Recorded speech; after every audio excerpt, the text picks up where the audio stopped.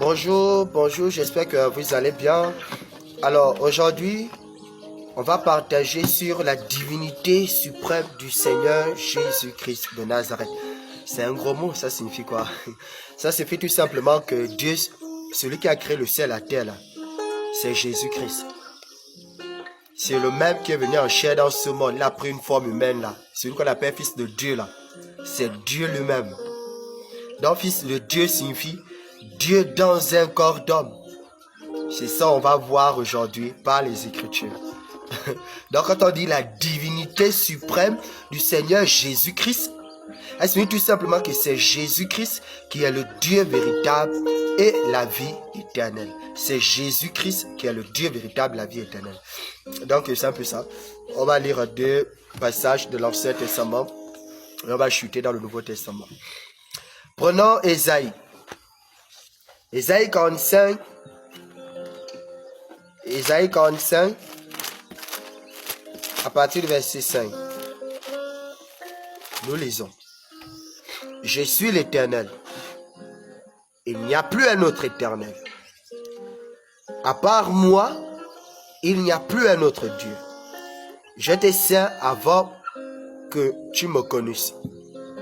C'est afin que l'on sache, du soleil levant au soleil couchant, qu'à part moi, Dieu, il n'y a plus un autre Dieu.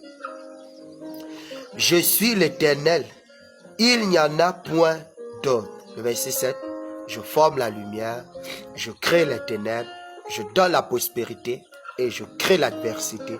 Moi, l'Éternel, je fais toutes ces choses. Soit un peu. Nous voyons la présentation de Dieu. À part lui, il n'y a plus un autre. À part lui, il n'y a plus un autre. Regardez un peu le verset 21. Le verset 21 dit, déclarez-le et faites-le venir, qu'ils prennent conseil les uns les autres. Qui a prédit ces choses dès le commencement et depuis longtemps les a annoncées. N'est-ce pas moi l'Éternel? Il n'y a point de sauveur, il n'y a point de Dieu, il n'y a point d'autre Dieu que moi. Je suis le seul Dieu juste et qui sauve. Le seul, ça veut dire un seul être divin qui est Dieu, le seul juste et le seul sauveur, c'est Dieu seul. À part lui, il n'y a plus un autre. Rien que par là, on comprend que les anges, les hommes, personne ne peut sauver. La seule personne qui sauve, il a dit, je suis le seul. Donc, seul Dieu sauve. Alors, quand on vient maintenant dans Ésaïe 35,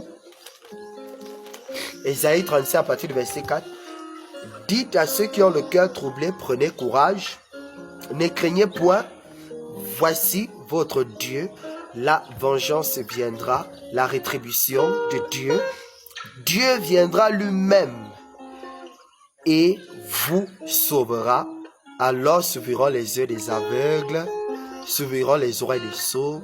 Alors le boiteux sautera comme un cerf et la langue du muet éclatera de joie. Car les eaux jailliront dans le désert et des ruisseaux dans la solitude. Pour ceux qui ont la lumière de vie en eux, ils commencent déjà à voir qui est ce Dieu-là. Alors, on va lire l'autre là. On va prendre Michée. On va le prendre, Michée. Ok, Malachie chapitre 2, le verset 10. N'avons-nous pas tous un seul, pas trois, pas quatre, pas cinq, un seul Père? N'est-ce pas un seul Dieu qui nous a créés? Donc quand on dit Père, ça signifie Dieu créateur, un seul. Mais regardez un peu vous-même, Ésaïe 9.5. Ésaïe 9.5. Ésaïe 9.5. Ésaïe 9.5. Car un enfant nous est né, Dieu viendra lui-même. Car un enfant nous est né, un fils nous est donné, et la domination reposera sur son épaule. On l'appellera admirable, Dieu puissant, Père éternel. Dans le Père de toute éternité, c'est Dieu qui a pris une forme humaine, fils, bébé, un enfant nous est né.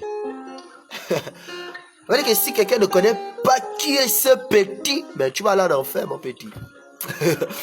Tu vas aller en enfer parce que tu n'as pas connu qui est réellement ce bébé-là. Parce que le bébé-là, il va grandir un jour. Qui il est. Au-delà de l'aspect que c'est le Fils, mais qui il est. C'est ça là. Père éternel, Dieu Tout-Puissant, Prince de la paix.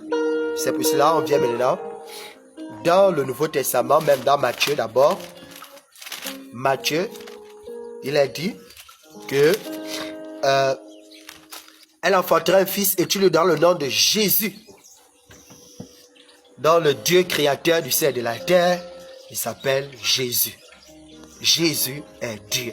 Jésus est Dieu. C'est pour ça qu'on dit par la suite, c'est lui qui sauvera son peuple de ses péchés.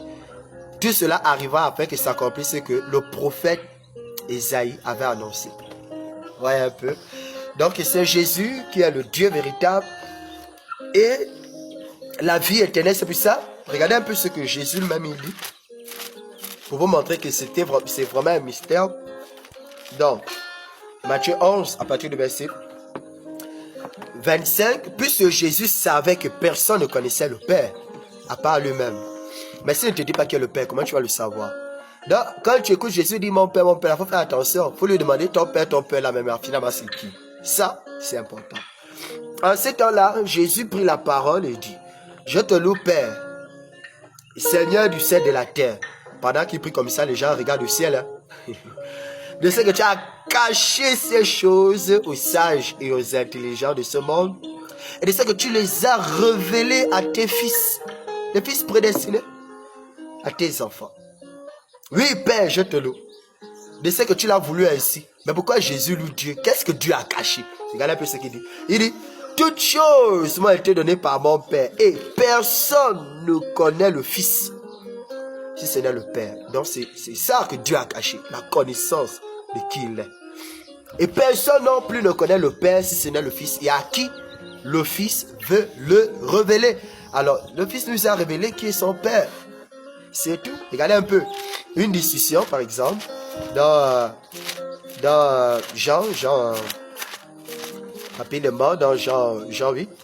Jean 8, si je ne me trompe pas. Jean 8, regardez un peu. Il lui dit donc, le verset 19, où est ton Père? Jésus répondit, vous ne connaissez ni moi, ni mon Père. Donc pour connaître le Père, il faut connaître qui est réellement Jésus. Or, quiconque connaît Jésus, va plus poser la question à Jésus, qui est ton Père? Qui est ton Père? C'est pour ça que Philippe avait posé la question à Jésus. Montre-nous le Père, ça nous suffit. Et Jésus a dit, il y a si longtemps que je suis avec vous et tu ne m'as pas connu. Donc il y a une connaissance que Philippe n'avait pas de Jésus. Quelle est cette connaissance? La connaissance de Père éternel. Donc Père là, c'est Jésus-Christ. C'est pour ça, Jean de conclure en disant,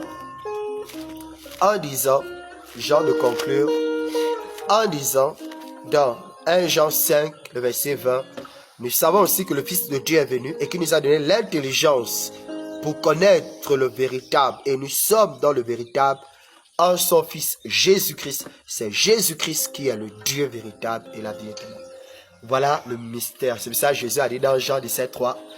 Or, la vie éternelle, c'est qu'ils te connaissent, toi, le seul vrai Dieu, et celui que tu as envoyé, Jésus-Christ. Donc, le Père, c'est Jésus-Christ. Le Fils, c'est Jésus-Christ. Le Saint-Esprit, c'est sa nature, c'est toujours Jésus-Christ. C'est pour ça que Jésus avait dit, baptisé au nom du Père. Quel est le nom du Père? Au nom du Fils, quel est le nom du Fils? Au nom du Saint-Esprit, quel est le nom du Saint-Esprit? Or, il savait que le Père est Esprit, il a pris une forme humaine. Fils, quel est son nom? Son nom est Jésus. C'est pour ça Paul, Jean, Jacques, tous les disciples de Jésus, ils ont baptisé les croyants au nom du Seigneur Jésus. Jésus-Christ de Nazareth. Mais les faux pasteurs du 21e siècle, égarés par Satan, nés pour aller en enfer, et ils font la lecture de manière littérale. Je te baptise au nom du Père, au nom du Fils, au nom du Saint-Esprit. Ne réalisant même pas qu'il n'est pas en train de citer le nom. Hein. Voilà, parce que Père n'est pas le nom, mais celui qui est Père là, quel est son nom? Oh, Jésus dit que le Père de tous les incrédules, c'est 2 Satan, Jean 8, 44. Vous avez pour Père 2 Satan. Ouais, un peu. Alors, comment on appelle le Père des enfants de Dieu? Les enfants de Dieu là, qui sont Père. Le Père, c'est Jésus.